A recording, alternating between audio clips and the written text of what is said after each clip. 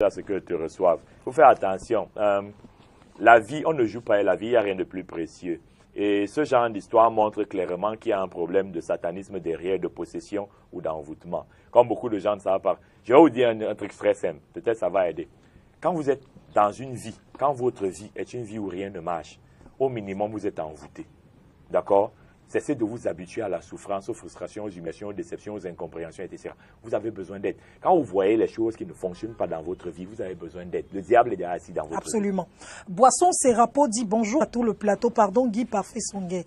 Moi, je pense que certaines églises nous plongent dans les malédictions, nous font vénérer des photos des personnes qu'ils appellent Jésus. J'appuie sans réserve cette lecture. 1. Jésus était un noir. 2. Vos images, c'est de l'idolâtrie. Jésus était un noir. Jésus-Christ était un noir. C'est déjà scientifiquement prouvé. Je l'ai prouvé dans ce plateau. Jésus était... Non, il ne faut même pas que commence ça. Adam et Ève étaient des noirs. Première démonstration. Leur premier fils, Caïn. Deuxième, Abel. Caïn tue Abel. Troisième enfant, il s'appelle Seth. Il n'y a pas de blanc qui s'appelle Seth. Si le troisième fils d'Adam et Ève est un noir, c'est que les parents étaient des noirs. Noé, noir. Abraham, noir. Isaac, noir. Jacob, noir. David, noir. Salomon, noir. Moïse, noir. Moshe, c'est le nom de Moïse. Les Bamileke savent ce que ça veut dire Moshe. L'enfant de l'eau, tiré de l'eau, sorti de l'eau. Les Cananéens, noirs. Marie cananéenne, noire. Jésus ne pouvait pas être blanc. C'est vrai. Les premiers Arabes, noirs. Les premiers Hébreux, noirs. Les premiers Indiens, noirs. Les premiers Juifs, noirs. Tout ça est prouvé scientifiquement. Les premiers Chinois, noirs. Les premiers Européens, noirs. Les premiers Américains, noirs. Quand Christophe Colomb arrive là-bas en Inde, il dit qu'il a découvert l'Amérique. Les autres ne savaient pas où ils habitaient. Mais d'où vient... Les Noirs indiens qui habitaient là-bas, eux, ils ne savaient pas. Ils étaient sur l'arbre. On dit que c'est Christophe Colomb qui a découvert l'Amérique. D'abord, si le plan de la découverte, c'est même pas sérieux. Les explorateurs phéniciens et nubiens ont découvert l'Amérique plus de 600 ans avant Christophe Colomb. On ne veut pas dire ça. Les premiers habitants de l'Europe sont des Noirs. Les premiers Français sont des Noirs. Les premiers habitants de la Chine sont des Noirs. Ceux qui ont créé les arts martiaux, ce sont les Noirs. Les hiéroglyphes sont la version anglaise ancienne du chinois écrit que vous voyez aujourd'hui.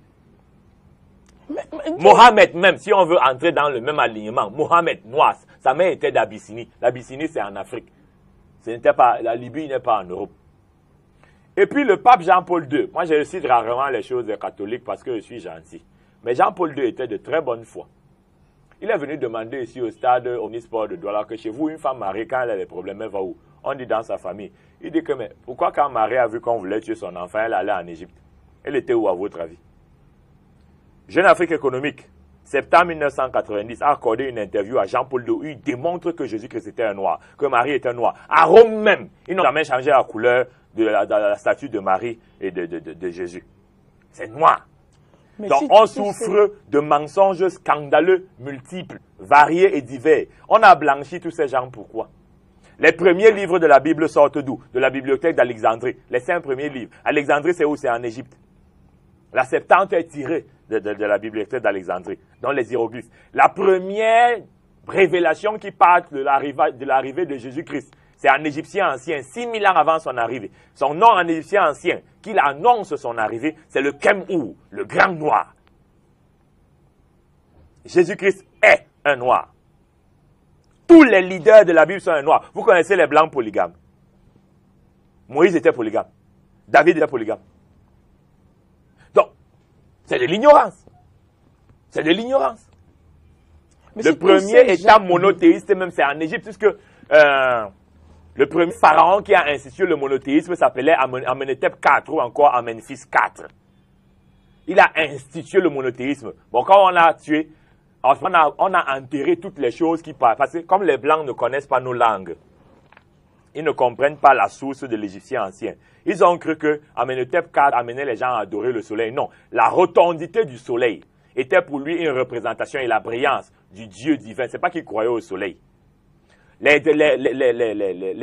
vestiges d'Amenhotep IV sont mieux conservés que les autres parce que par la grâce des choses, ça avait été enterré et très bien conservé avec les couleurs, tout ça.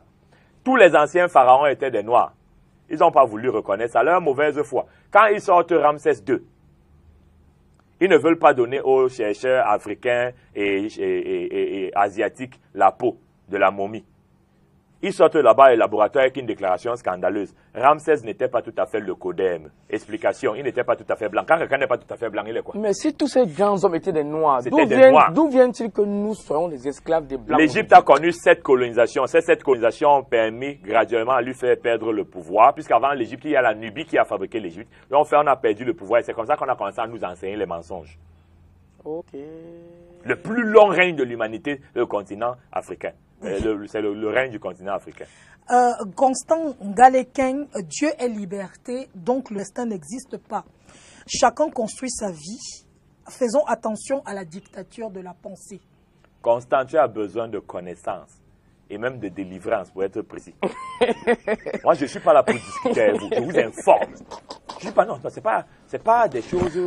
Je suis établi par Dieu pour vous enseigner. Il faut connaître la parole.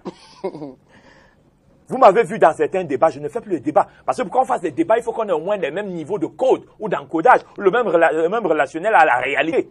Je ne fais pas de la philosophie dans ces choses. Quand tu ne connais pas Dieu, tu es en enfer.